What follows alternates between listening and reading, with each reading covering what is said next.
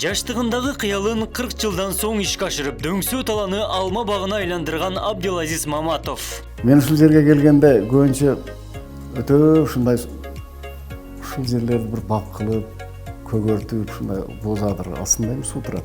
Мында саамгылан бизде астында суу турат да. Ушул сууну пайдаланып ушул жерди бак кылып койсо, элге бир жакшы ишке жарайт эле деген ойлор болчу элем да. Изденүү менен интенсивдүү бакты мыкты өздөштүргөн багбан. 40 килограмм алып берсин. А ошондо 25 мың туп алма, 1000 тонна алма болуп калат. Аны чоң рынокко апарыш керек. Аны биздин рынок кете албайт. Ак эмгектин үзүлүү жемиши. Экинчиден жанагы көңдөр вирус чыгарат экен. Вирус. Бул алмалардын жанагыдай назик болгондуктан жанагыдай вирустарга туруктуулугу начар да. Туруктуулугу начардагы вирус чугузуп алган болсо алма уже ооруга учурайт. Эле-телен айыл чарба тармагына үндөп, жаш агрономдорду тарбиялоону көздөгөн Абдилазиз мырза.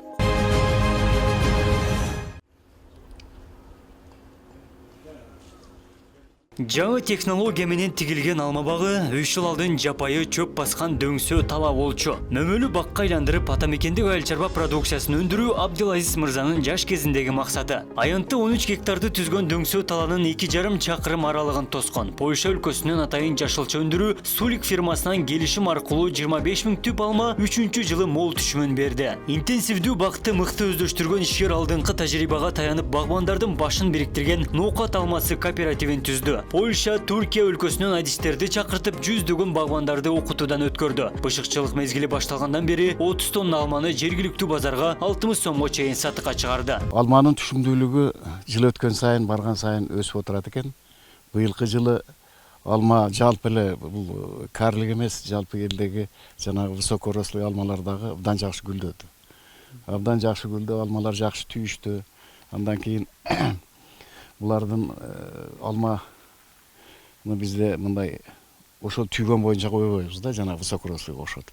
Бул жерде алмаларды мына кичине болгондуктан мыналар эми 3-жыл кетип атат.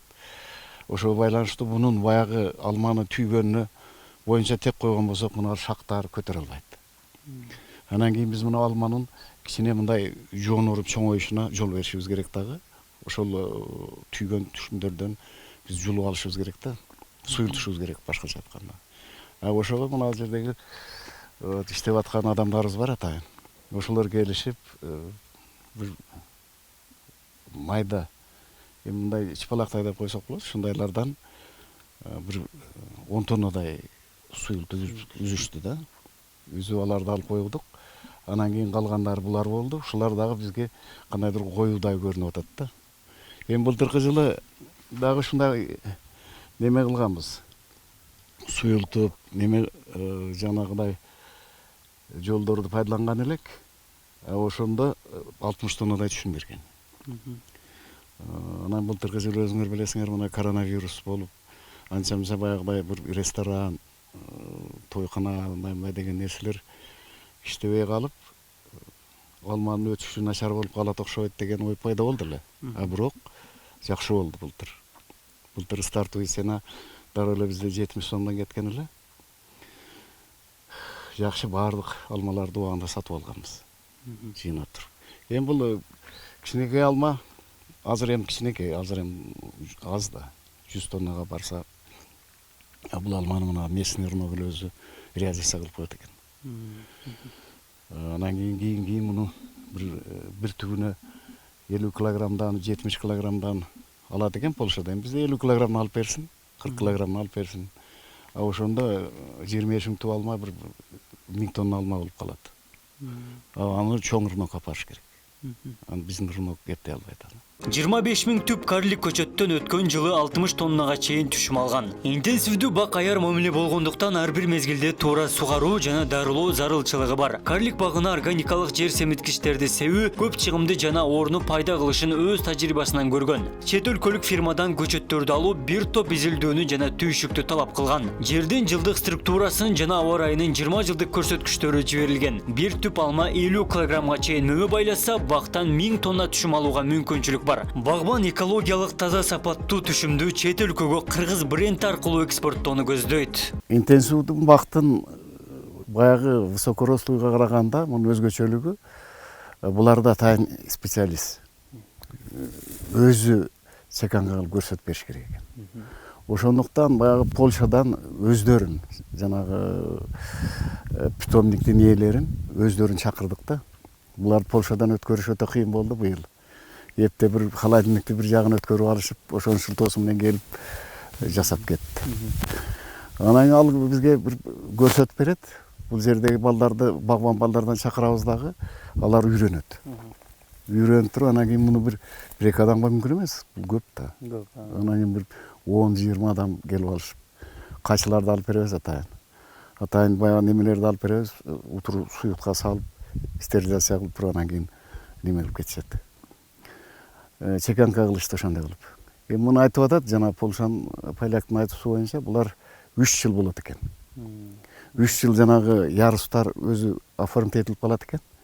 Анан кийин жанагыдай эле комбайнга окшотуп эле ортодон чеканка кылып кете берет экен. Эки жактан эле жана касилке менен ургондой эле чеканка кылып кете берет. Эми ага Кудай буйрса дагы 1-2 жыл бар. Анан буларды баягы кышка эми биздин Полшанын климатынан өзгөчөлүгү өтө көп да бизде. Кышка сакта, кышта бүчүрлөрүн бизде суураак болуп уруп кетет экен, суук деген мындай ой да пайда болду да. Ошондуктан карадык, мына быйыл 3-жыл кетип атат, Кудай буйрса жакшы, кыштан жакшы температура бизге нормально болот экен, нормально болот. Анан кышка биздин айрыкча бизди кыйнаган нерсе ушул болуп атат. Мына ал астындагы чөп чардын бардыгын жок кылыш керек экен. Жана ото чөптөрчү, муналардын бардыгы. Себеби бу жерде баягы неме деп коет, жана мыш келелер бар го, неме? Чычкан. Чычкандар. Ошол чычкандар мунанын астын шакек кылып ороп жеп коет экен да. Мунаны жөн эле кажыбастан мунаны түп-түз эле шакек кылып коет экен. Шакек кылып коет экен. Анан ал сөз куурайт экен. Себеби мына жерде чөп калган болсо. Чөптүн астына кирип алат, кардын астынан. Чөп көтөрүп турат экен жана карды. Анын астынан кирип алып туруп эле кажый берет экен. Ошол проблемадан кутулуш үчүн биз мына ал жерде азыр алмаларын үзгөндөн кийин мунун астындагы чөптөрдү полный прополка неме кылып чаптырып, сонун кылып чыгабыз да, жанагыдай кирбес үчүн. Эми бул жерде рядтар өтө көп. Көп адамдын жумуш талап кылат жумушчу. Эми жумушчулар дагы өздөрүнүн тирилиги болуп калат экен, эме болуп калат экен. Анан келип аткарышат. Жетишебиз ошол болду кайрылса. Азыр эми түп боюнча мына кайсыл түрү эле алма? Мынау алманын ред кап деп коет бул.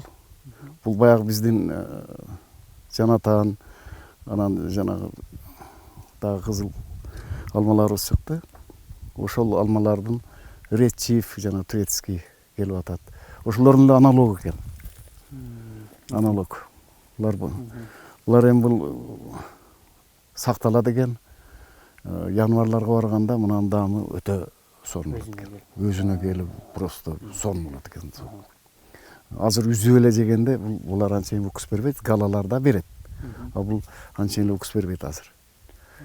А бул сакталып туруп январларга барганда, бул эми жанагыдай тойкана, сойканалардын көркүн ача турган алма бар экен. Товарный види да. Товарный види, аябай жакшы. Эми ушул азыр салыштырмалуу мындай чет өлкөгө экспорттолгондо дагы эң негизгиси дыйкандар көңүл буруп аткан товарный вид. Товарный вид. Бул азыр өзү эле мындай. Ооба, товарный вид ошол. Айтып турат.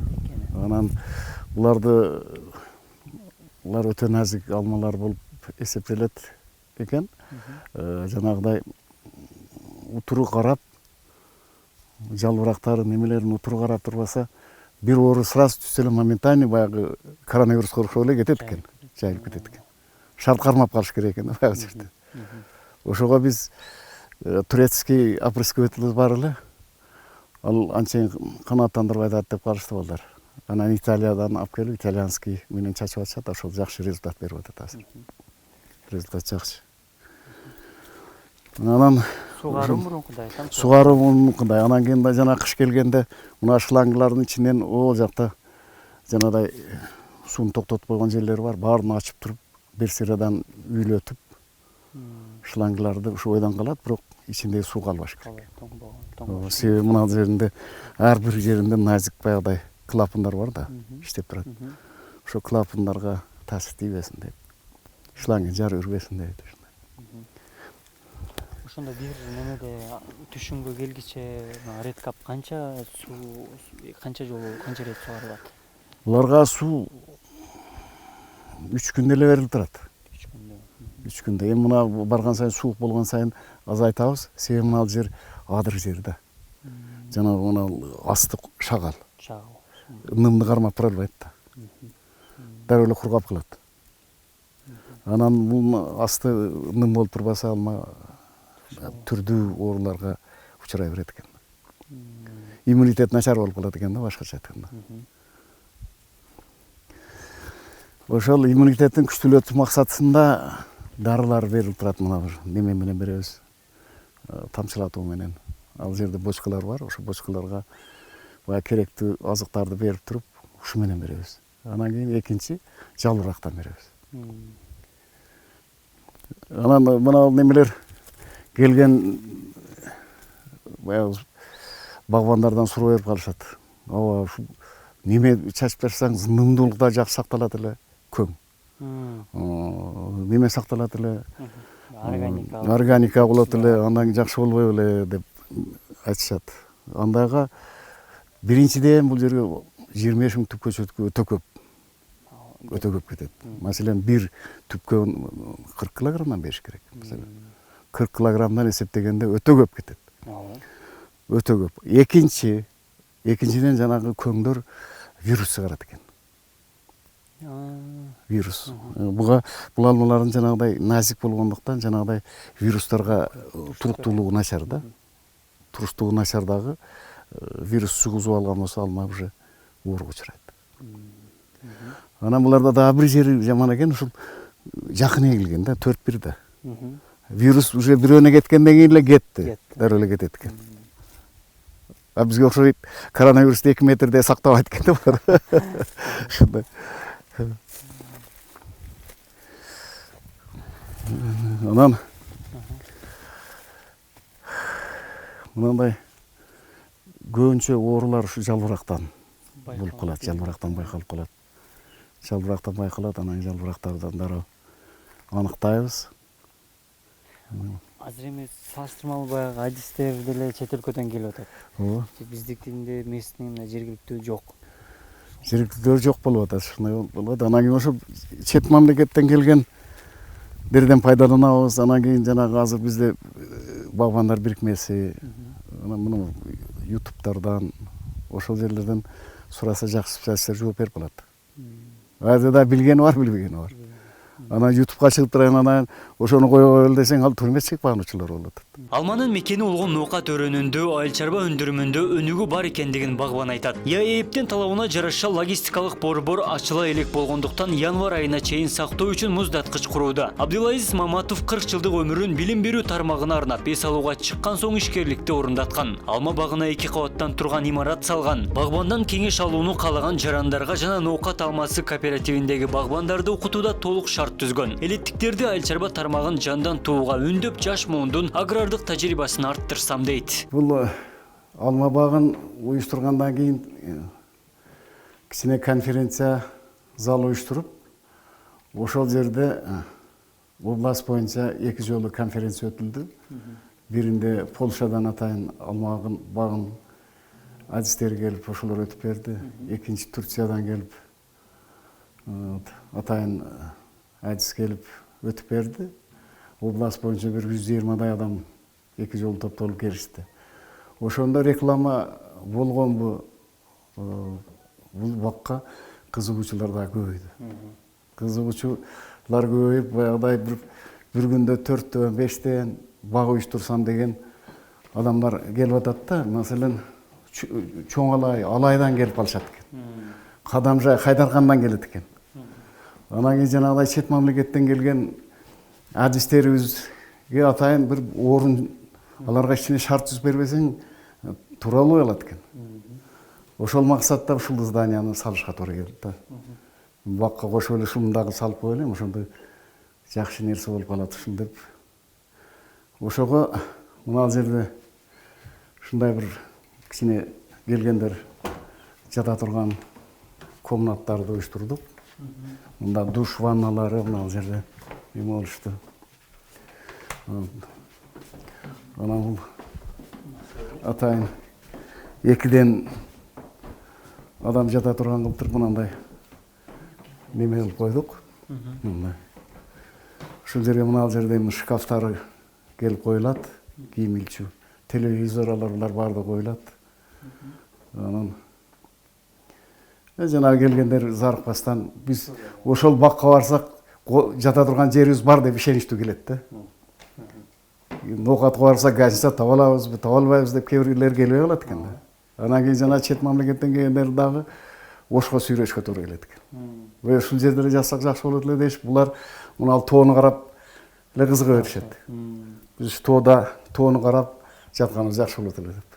Анан давайте шуну уюштурайлычы деп анан балдар шуну неме кылышты.